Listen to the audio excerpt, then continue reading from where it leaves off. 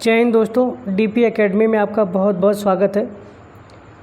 आज हम उन आर्टिकल को देखेंगे जो एग्ज़ाम में बार बार पूछे जाते हैं और साथ में ऐसे इम्पोर्टेंट जो टॉपिक है जहाँ से बार बार क्वेश्चन आते हैं, जैसे फंडामेंटल राइट्स हो गए, राज्य के नीति निर्देशक तत्व हो गए, प्रेसिडेंट हो गए और आपके सुप्रीम कोर्ट।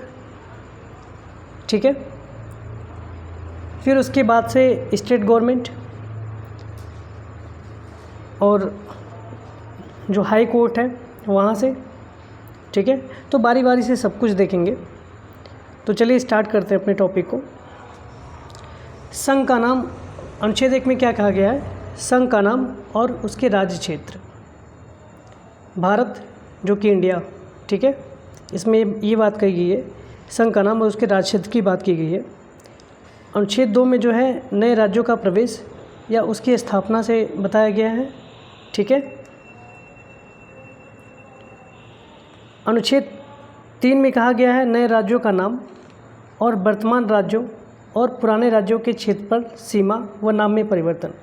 जैसे किसी राज्य के नाम को अगर चेंज करना है, अगर उत्तर प्रदेश है और इसको उत्तरांचल करना है तो इसका नाम चेंज किया जाएगा। ठीक है, और जो वर्तमान राज्य हैं और जो पुराने राज्य हैं उनके क्षेत्रफल में अगर कुछ चेंज करना, अगर यूपी का कुछ भाग अगर उत्तराखंड में देना है, एमपी में देना है, ठीक है, तो यहाँ अनुच्छेद 3 में बात कही गई है और उनके सीमाओं में परिवर्तन की बात की गई है। ठीक है, अनुच्छेद 4 में कहा गया है पहली और चौथी अनुसूची के संशोधन तथा अनुपूरक, आनुषंगिक और परिमाणिक विषयों का उपबंध करने के लिए अनुच्छेद 2 या 3 के अंतर्गत बनाई गई कुछ विधियाँ हैं। जैसे जो अनुच्छेद 2 और 3 है ना, इसमें किए गए संशोधन जो है वो साधारण बहुमत के माध्यम से किए जाते हैं।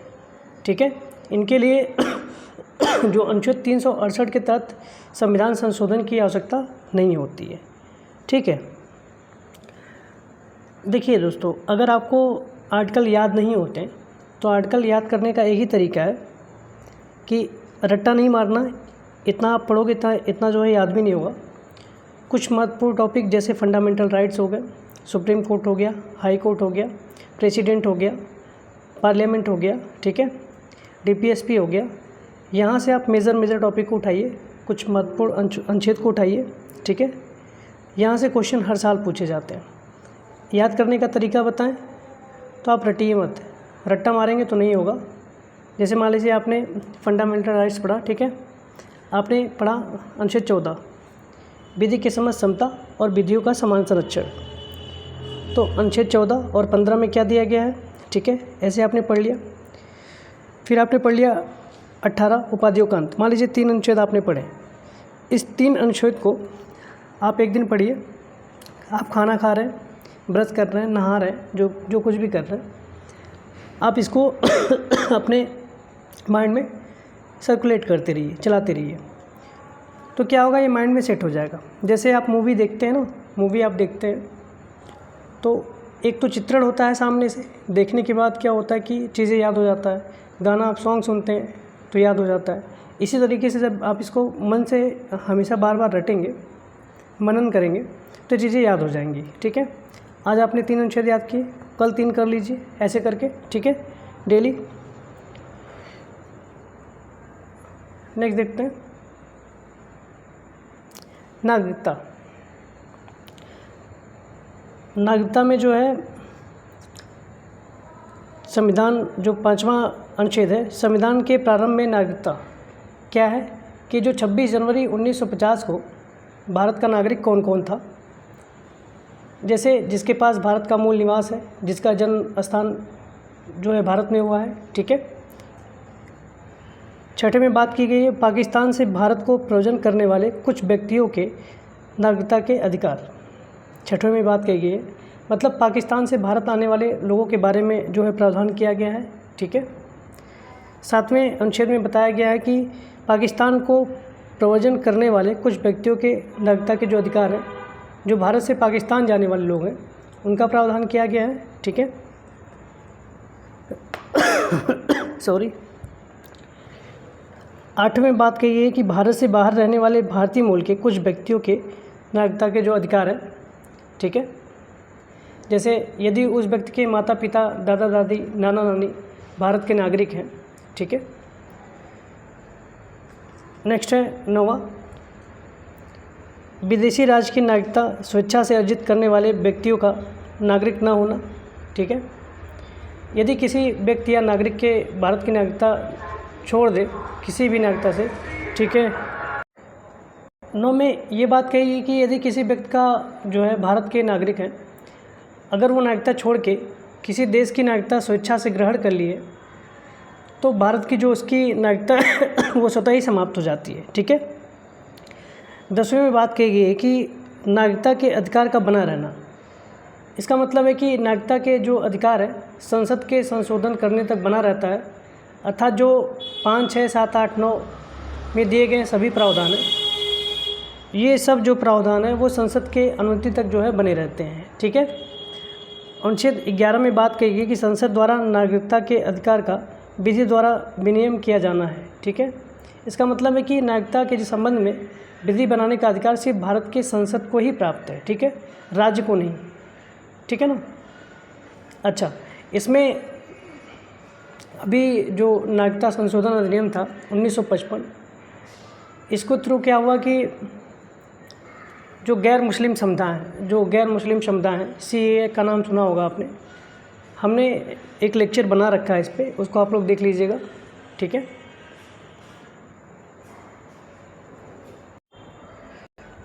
नेक्स्ट है मौलिक अधिकार। अधिकार का मतलब, अधिकार जो होता है व्यक्ति को राज्य द्वारा प्रदान की गई गारंटी है, ठीक है, जो किसी व्यक्ति द्वारा समर्पित उसकी स्वतंत्रता के बदले प्रदान की जाती है। पहले क्या हुआ था कि जब अपना देश आज़ाद हुआ, आज़ाद होने के बाद से इतनी ज़्यादा समस्याएं थी यहाँ पर।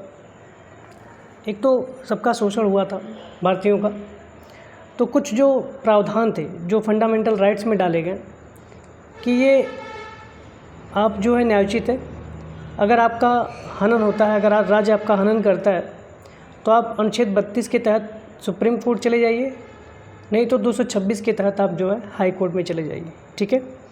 तो कुछ प्रावधान जो है मूल अधिकार में डाल दिए गए थे, लेकिन जब राज्य सशक्त नहीं थे, कुछ प्रावधान जो है क्या उसको DPSP में डाल दिया गया था, राज्य के नीति निर्देशक तत्व में।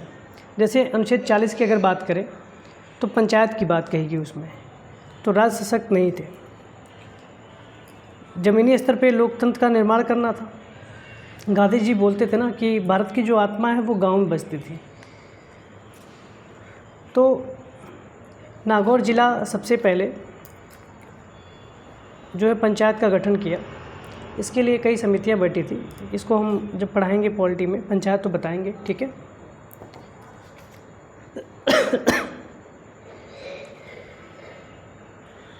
मौलिक अधिकार में अनुच्छेद 12 परिभाषा से उल्लिखित है।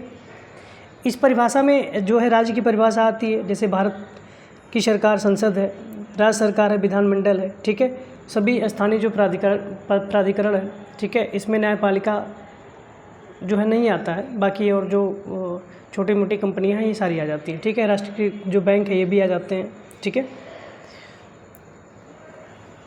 अनुच्छेद 13 में बात कही है मूल अधिकारों से असंगत या उनका अल्पीकरण करने वाले विधियाँ। सीधा सा अर्थ है कि अगर मान लीजिए कि फंडामेंटल राइट से अगर छेड़छाड़ होती है तो न्यायोचित नहीं है, इसको जुडिशियल रिव्यू हो सकता है इसका। अनुच्छेद 13 में बात कही गई है, ठीक है। इसके अंतर्गत राज्य किसी ऐसे कानून का निर्माण नहीं करेगा जो मौलिक अधिकारों के विरुद्ध हो, ठीक है। सॉरी, कई दिनों से दोस्तों खांसी आ रही है, क्या करें हम, बहुत परेशान हो गए इससे, ठीक है। अनुच्छेद 14 विधि की समझ समता और विधियों का समान संरक्षण। ये दो है, विधि की समझ समता ये जो है ब्रिटेन से लिया गया है, विधि जो है सबके लिए समान होती है, ठीक है। और विधियों का जो विधियों का संरक्षण है, इस सिद्धांत को जो है अमेरिका से लिया गया है, ठीक है। नेक्स्ट है अनुच्छेद 15 धर्म, मूल वंश, जाति, लिंग या जन्म स्थान के आधार पर भेदभाव निषेध है। ऐसा इसलिए होता है क्योंकि पहले क्या होता था कि जो दुकान है, सार्वजनिक भोजनालय है, होटल है और जो सार्वजनिक जो मनोरंजन के केंद्र होते थे, यहाँ बहुत ज़्यादा भेदभाव होता था, खासकर जो छोटी जातियाँ थी, ठीक है, तालाब वगैरह, कुओं के पानी में। अब ऐसा कुछ नहीं है, अब सभी लोग एक साथ सफ़र करते हैं, छोटे बड़े एक साथ खाते हैं, कोई दिक्कत नहीं है, ठीक है। अनुच्छेद 16 में बात की गई है लोक नियोजन के विषय में अवसर की क्षमता। लोक नियोजन मतलब कि राज्य के अधीन किसी रोजगार में अवसर की समानता जो है उसकी नियुक्ति और नियोजन की बात की गई है, ठीक है। अनुच्छेद 17 में है अस्पृश्यता का अंत, छुआछूत का अंत है, ठीक है। 18 में है उपाधियों का अंत, ठीक है। 19 में है वाक स्वतंत्रता और विषय कुछ अधिकारों का संरक्षण। तो 19 में जो है आपके 7 प्रकार की स्वतंत्रताएँ थी, ठीक है, जिसमें अब 6 ही है, ठीक है। भाषण और अभिव्यक्ति की स्वतंत्रता है, इसके अंतर्गत आती है। बिना हथियार सभा करने की स्वतंत्रता है, कहीं पर बस जाने की स्वतंत्रता है, ठीक है। भ्रमण करने की स्वतंत्रता है, ठीक है। व्यवसाय करने की स्वतंत्रता है, बिना हथियार सभा करने की स्वतंत्रता है, ठीक है। इस प्रकार की स्वतंत्रताएं इसमें दी गई हैं, ठीक है दोस्तों। अनुच्छेद 20 में कहा गया है कि अपराध के लिए दोषित के संबंध में संरक्षण। कोई व्यक्ति किसी अपराध के लिए उतनी ही सज़ा का हकदार होगा जितनी सज़ा उस समय निर्धारित की गई है। कहने का मतलब है कि आज के कानून से, जैसे मान लीजिए कि आज के कानून से हमको कोई सज़ा मिली, अगर 2 दिन बाद कोई दूसरा कानून बन गया तो वो कानून हमारे पर लागू नहीं होगा। जो आज हमारी सज़ा है, ठीक है, इसी हिसाब से हमारा कानून तय करेगा, ठीक है।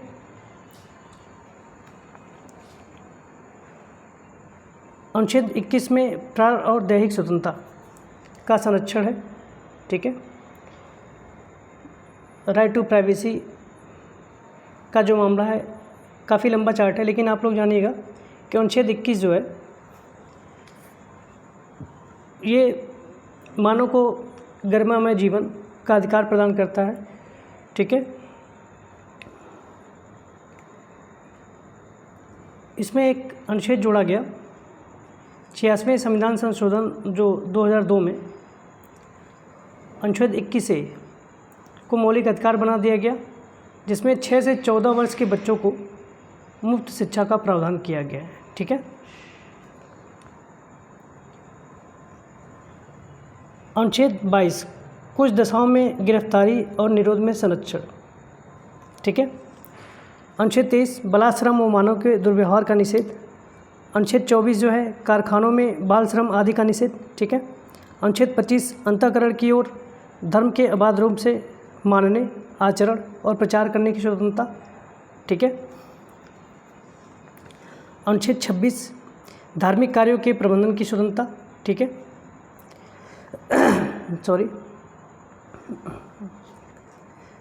अनुच्छेद 27 किसी धर्म विशेष की अभिवृद्धि के लिए करों के समुदाय के बारे में स्वतंत्रता, ठीक है। अनुच्छेद 28 निश्चित शैक्षणिक संस्थानों में धार्मिक निर्देशों अथवा पूजा में उपस्थित होने की स्वतंत्रता, ठीक है। जो राज्य द्वारा पूर्णतः वित्त पोषित संस्थाएं होती हैं, जैसे धार्मिक शिक्षा इसमें नहीं दी जा सकती, ठीक है, लेकिन राज्य के अंतर्गत वित्तीय सहायता प्राप्त की जा सकती है, शिक्षाओं को दी जा सकती है, ठीक है। अनुच्छेद 30 शिक्षा संस्थाओं की स्थापना और प्रशासन करने का अल्पसंख्यक वर्गों का अधिकार, ठीक है। अनुच्छेद 31 जो है संपत्ति का अनिवार्य अधिग्रहण, ये तो निरस्त हो गया है, ठीक है।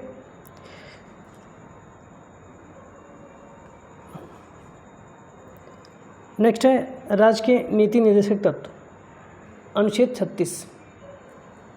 इसमें भी यही बात कही गई दोस्तों, राज्य शब्द जो फंडामेंटल राइट्स में थे, ठीक है। अनुच्छेद 36 में राज्य की परिभाषा वही है जो 12 में दी गई, ठीक है।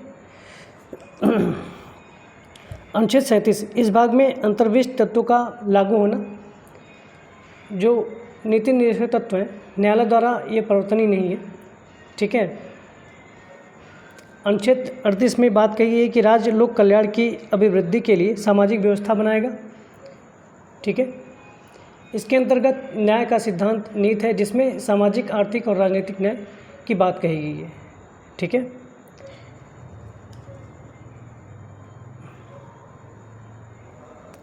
अनुच्छेद है 38, इसमें 38A है।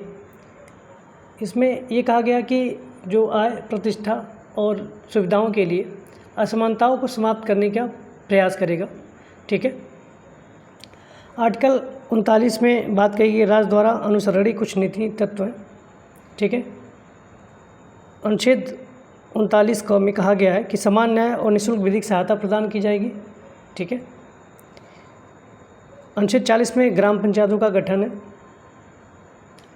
ठीक है। अनुच्छेद 41 में कुछ दशाओं में काम, शिक्षा और लोक सहायता पाने का अधिकार है।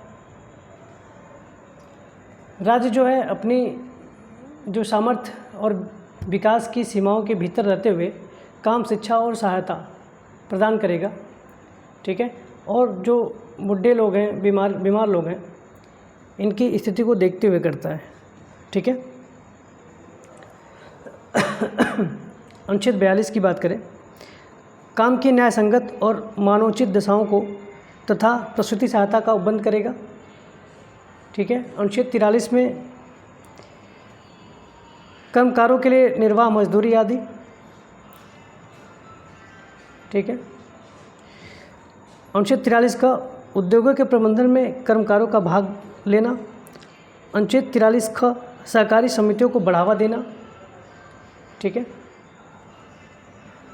अनुच्छेद 44 नागरिकों के लिए एक समान सिविल संहिता लागू करना। वर्तमान में जो सुप्रीम कोर्ट है ना, सायरा बानो बेगम जो केस आया था 2017 में, 3 तलाक को असंवैधानिक घोषित कर दिया था इसमें। ठीक है। भारत में जो एकमात्र राज्य है गोवा, यहाँ पे यूनिफॉर्म सिविल कोड लागू है और बाकी कहीं नहीं। ठीक है।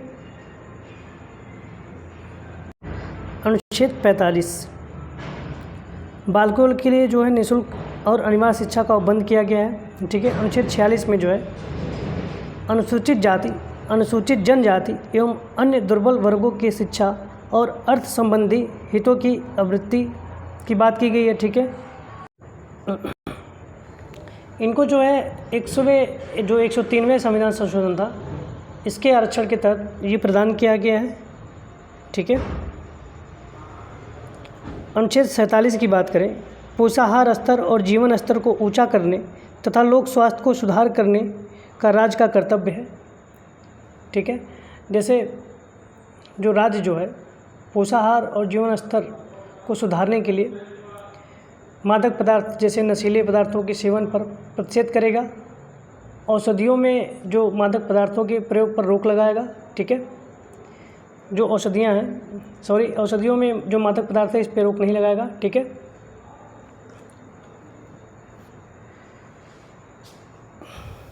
नेक्स्ट है कृषि और पशुपालन का संगठन, अनुच्छेद 48। ठीक है। राज्य कृषि पशुपालन में आधुनिक वैज्ञानिक प्रणाली का जो प्रयोग करेगा, गाय, बछड़ा जो दुधारू पशुओं की नस्लों का परीक्षण करेगा। ठीक है। गौवध का प्रतिषेध करेगा, जो यूपी में हमारे बाबा जी हैं यही किए हैं। ठीक है। अनुच्छेद 48 के तहत अनुच्छेद 48 का पर्यावरण का संरक्षण और संवर्धन और वन तथा वन्य जीवों की रक्षा। ठीक है। इसको 42वें संविधान संशोधन 1976 के माध्यम से जोड़ा गया। ठीक है। अनुच्छेद 49 राष्ट्रीय महत्व के स्मारकों, संस्थाओं और वस्तुओं का संरक्षण। ठीक है। इन वस्तुओं की अवैध खरीदारी, निर्यात इत्यादि पर रोक लगाई गई है। ठीक है। अनुच्छेद 50 कार्यपालिका से न्यायपालिका का पृथक्करण। ठीक है।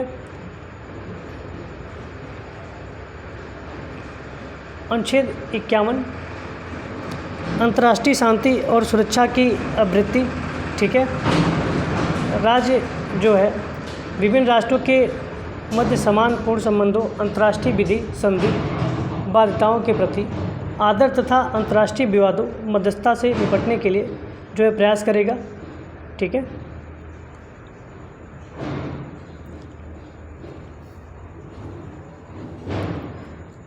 मूल कर्तव्य 51 का में कहा गया है ये 42वें संविधान संशोधन 1976 के माध्यम से स्वर्ण सिंह समिति में 10 मौलिक कर्तव्य जोड़े गए थे। ठीक है। 11वां मौलिक कर्तव्य जो है 86वें संविधान संशोधन के माध्यम से 2002 में जो है जोड़ा गया।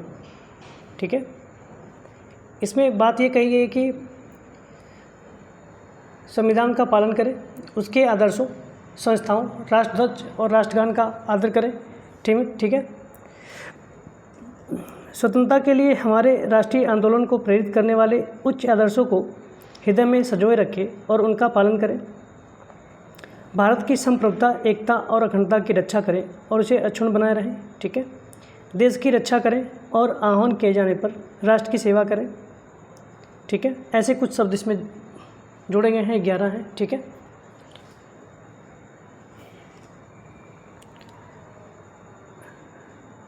नेक्स्ट है भाग 5 में जो है आर्टिकल 52 से 151 है। ठीक है। आर्टिकल 52 में कहा गया है भारत के राष्ट्रपति, भारत का एक राष्ट्रपति होगा। ठीक है। यह देश का जो है संवैधानिक प्रमुख होता है, राष्ट्र का प्रमुख होता है और सरकार का भी प्रमुख होता है। ठीक है।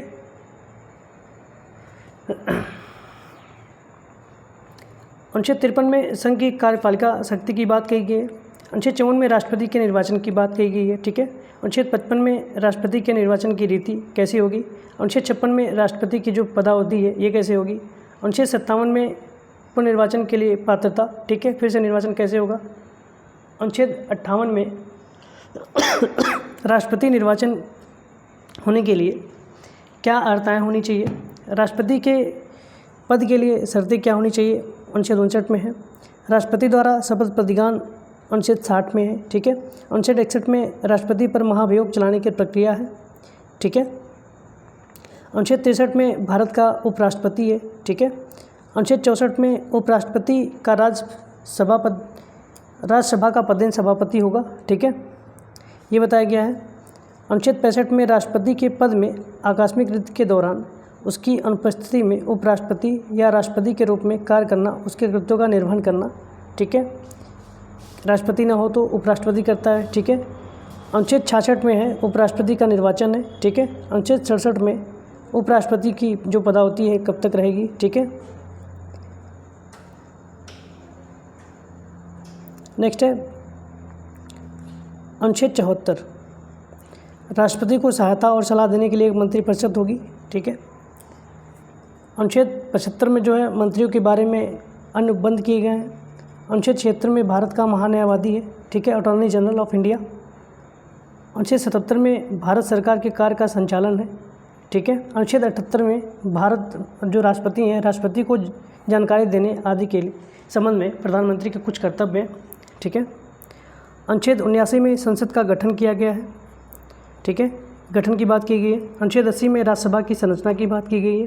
ठीक है। अनुच्छेद 81 में लोकसभा की संरचना की बात की गई है। ठीक है। अनुच्छेद 83 में संसद के सदनों की अवधि है। ठीक है। अनुच्छेद 84 में संसद की सदस्यता के लिए अर्हताएँ हैं, क्या क्या होनी चाहिए। अनुच्छेद 85 में संसद के लिए 17 और विघटन की बात कही गई है। ठीक है। अनुच्छेद 86 में सदनों के अभिभाषण का और उनके संदेश भेजने का राष्ट्रपति का अधिकार है। ठीक है। अनुच्छेद 87 में राष्ट्रपति का विशेष अभिभाषण है। ठीक है। अनुच्छेद 88 में सदनों के बारे में मंत्री और महान्यायवादी के अधिकार है कि महान्यायवादी कैसे जाके मत तो नहीं दे सकता, लेकिन दोनों राज्यसभा और लोकसभा में जाके बैठ सकता है। ठीक है। अनुच्छेद 89 में राज्यसभा का सभापति और उपसभापति इसकी बात कही गई है। अनुच्छेद 90 में उपसभापति का पद रिक्त होना, पद त्याग और पद से हटाया जाना। ठीक है। अनुच्छेद 91 में सभापति के पद के कर्तव्यों का पालन करने या सभापति के रूप में कार्य करने की उपसभापति या अन्य व्यक्तियों की शक्ति है। ठीक है, चाहे उपाध्यक्ष भी क्यों ना हो। अनुच्छेद 93 में लिखा गया है लोकसभा के अध्यक्ष और उपाध्यक्ष। ठीक है। अनुच्छेद 94 में अध्यक्ष और उपाध्यक्ष का पद रिक्त होना, पद त्याग और पद से हटाया जाना। ठीक है। नेक्स्ट है 98 में दिया है संसद का सचिवालय, ठीक है। 99 है सदस्यों द्वारा शपथ या प्रतिज्ञान, जो शपथ लेते हैं पार्लियामेंट में, ठीक है।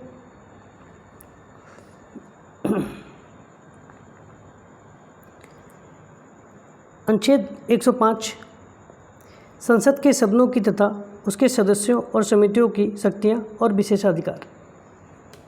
विशेषाधिकार जो मिले होते हैं संसद की, ठीक है। 105 में दिया गया है विशेषाधिकार के बारे में, ठीक है। 106 में जो है सदस्यों के वेतन और भत्ते, ठीक है।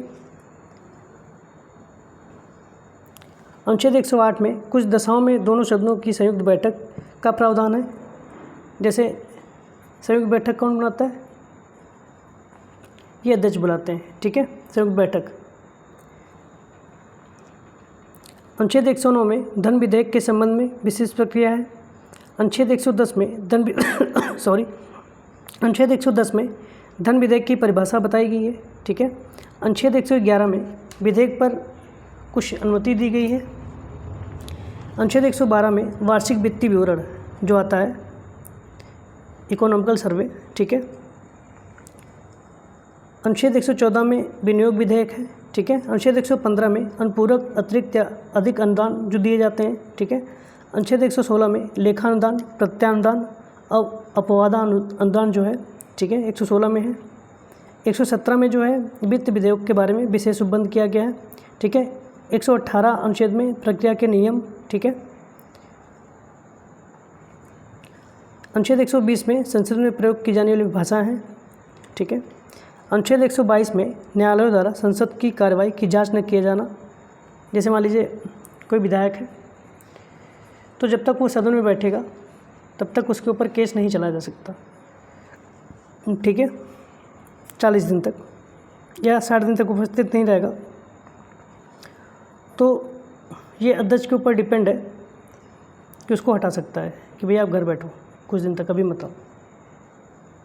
अनुच्छेद 124 में उच्चतम न्यायालय की स्थापना और गठन की बात की गई है, ठीक है। 124 का में राष्ट्रीय न्यायिक नियुक्ति आयोग NJSC था, ठीक है। अनुच्छेद 124 ख आयोग के कार्यों की बात की गई है। अनुच्छेद 124 ग संसद की कानून बनाने की शक्ति है, ठीक है। अनुच्छेद 125 न्यायाधीशों के वेतन भत्ते आदि की बात की गई है, ठीक है। अनुच्छेद 127 तदर्थ न्यायाधीशों की नियुक्ति की बात की गई है कि अलग से न्यायाधीश कहाँ से आए, ठीक है, अगर जगह कम हो तो, ठीक है।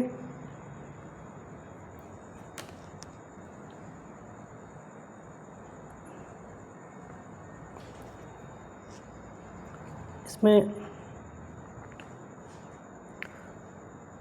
अनुच्छेद 143 उच्चतम न्यायालय से परामर्श करने की राष्ट्रपति की शक्ति है इसमें, ठीक है।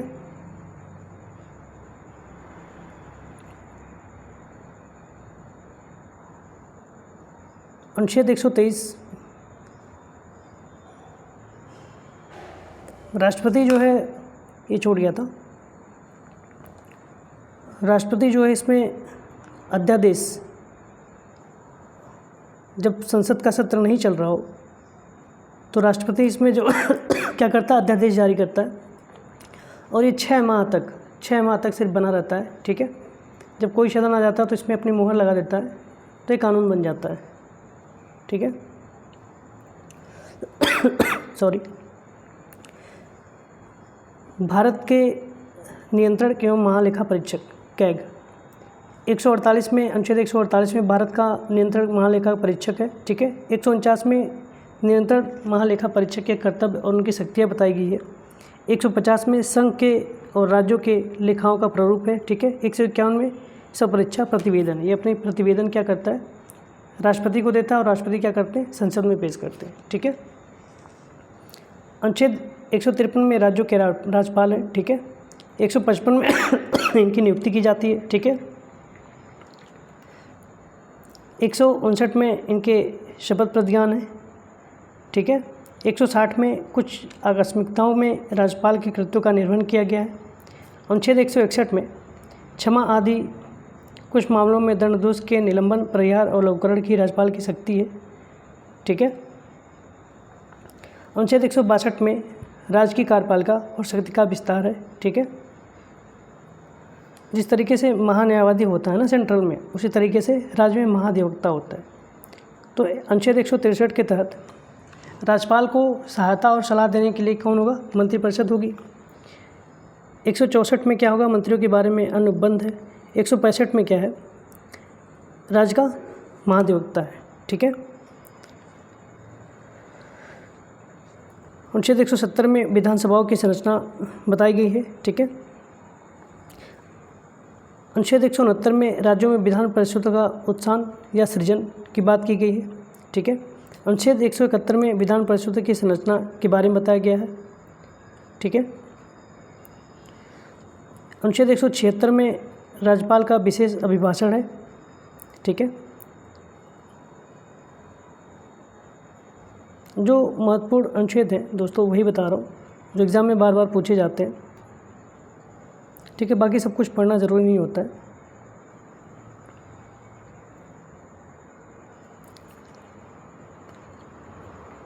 अनुच्छेद 198 में धन विधेयक के संबंध में विशेष प्रक्रिया है। अनुच्छेद 199 में धन विधेयक की परिभाषा दी गई है। ठीक है, अनुच्छेद 200 में विधेयक पर अनुमति की बात की गई है। ठीक है, अनुच्छेद 201 में विचार के लिए आरक्षित विधेयक है। अनुच्छेद 202 में वार्षिक वित्तीय विवरण की बात की गई है। ठीक है,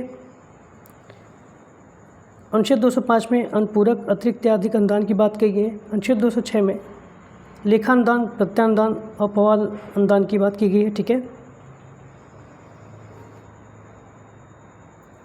अनुच्छेद 214 में राज्यों के लिए उच्चतम न्यायालय की व्यवस्था की गई है। अनुच्छेद 215 में उच्च न्यायालयों का अभिलेख न्यायालय होना। ठीक है, अनुच्छेद 216 में उच्च न्यायालयों के गठन की बात की गई है। ठीक है, अनुच्छेद 217 में उच्च न्यायालय के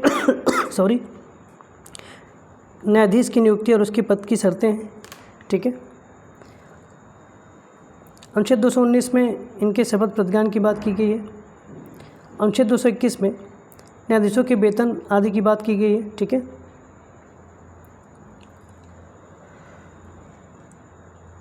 अनुच्छेद 226 में कुछ रेट निकालने की उच्चतम न्यायालय की शक्ति है। ठीक है, अनुच्छेद 226 के अंतर्गत कार्यवाहियों में केंद्रीय अधिनियमों की संवैधानिक वैधता पर विचार नहीं है, इसको निरस्त कर दिया गया है। ठीक है,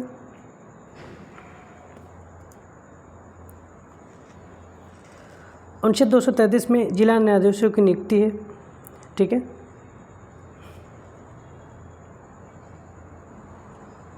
नेक्स्ट दोस्तों संघ क्षेत्र में अनुच्छेद 239 का ये दिल्ली के संबंध में कुछ विशेष प्रावधान किए गए हैं इसमें।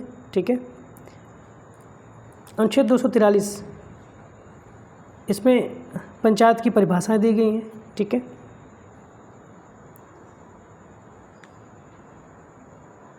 पंचायत में 21 साल एज होनी चाहिए चुनाव लड़ने के लिए। ठीक है,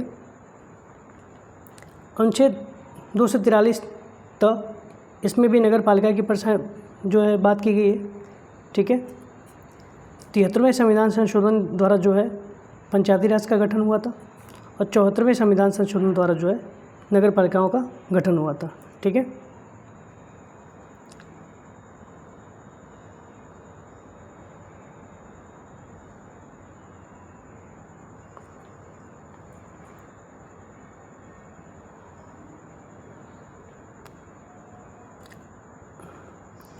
ठीक है दोस्तों,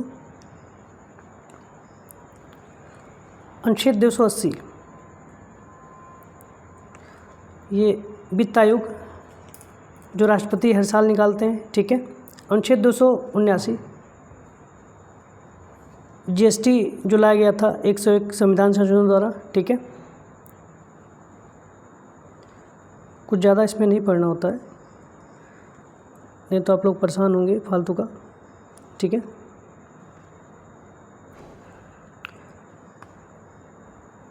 अनुच्छेद 315 संघ और राज्य के लोक सेवा आयोग। ठीक है, एनजेएसी जॉइंट जो कमेटी होती है, जॉइंट होती है, जेपीएससी होती है। 316 में जो है सदस्यों की नियुक्ति और उसकी पदावधि। ठीक है, अनुच्छेद 317 में लोक सेवा आयोग के किसी सदस्य को हटाया जाना और निलंबित किया जाना। ठीक है, अनुच्छेद 312 यहाँ जो है ये इम्पोर्टेंट है, अखिल भारतीय सेवाएं। ठीक है,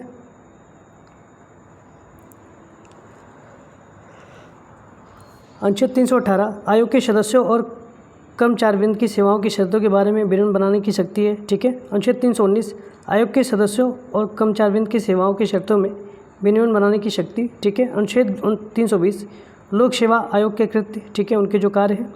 अनुच्छेद 321 लोक सेवा आयोग के कृत्यों का विस्तार करने की शक्ति। ठीक है। 322 में जो है अनुच्छेद लोक सेवा आयोग के व्यय क्या खर्चे हो रहे हैं। ठीक है। 323 में जो लोक सेवा आयोग के प्रतिवेदन की बात कही गई है। ठीक है। अधिकरण की बात करें तो 323 क में है जो प्रशासनिक अधिकरण होते हैं। ठीक है। अनुच्छेद 324 इसको याद रखिएगा आप लोग, ये चुनाव आयोग से संबंधित है। ठीक है। निर्वाचन के अधीक्षण, निर्देशन और नियंत्रण का निर्देशक चुनाव आयोग में निहित होता है। ठीक है। इसको बस यही देखना है।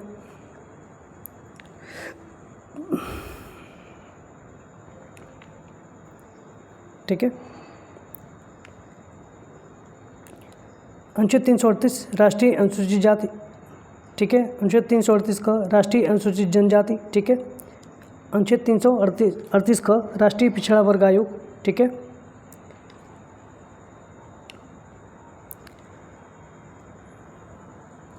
अनुच्छेद 341 अनुसूचित जाति के बारे में कुछ बताया गया है। अनुच्छेद 342 अनुसूचित जनजाति के बारे में बताया गया है। ठीक है।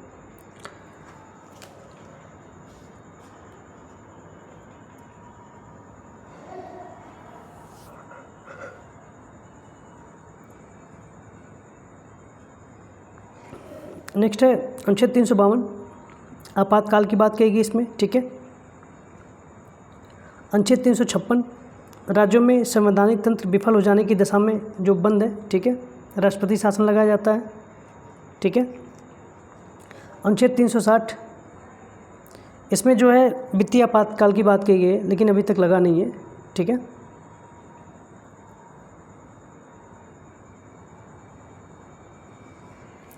ठीक है दोस्तों, यहीं तक कुछ महत्वपूर्ण अनुच्छेद थे जो बार बार एग्ज़ाम में पूछे जाते हैं। ठीक है, आप लोग इसको रिवाइज़ करिएगा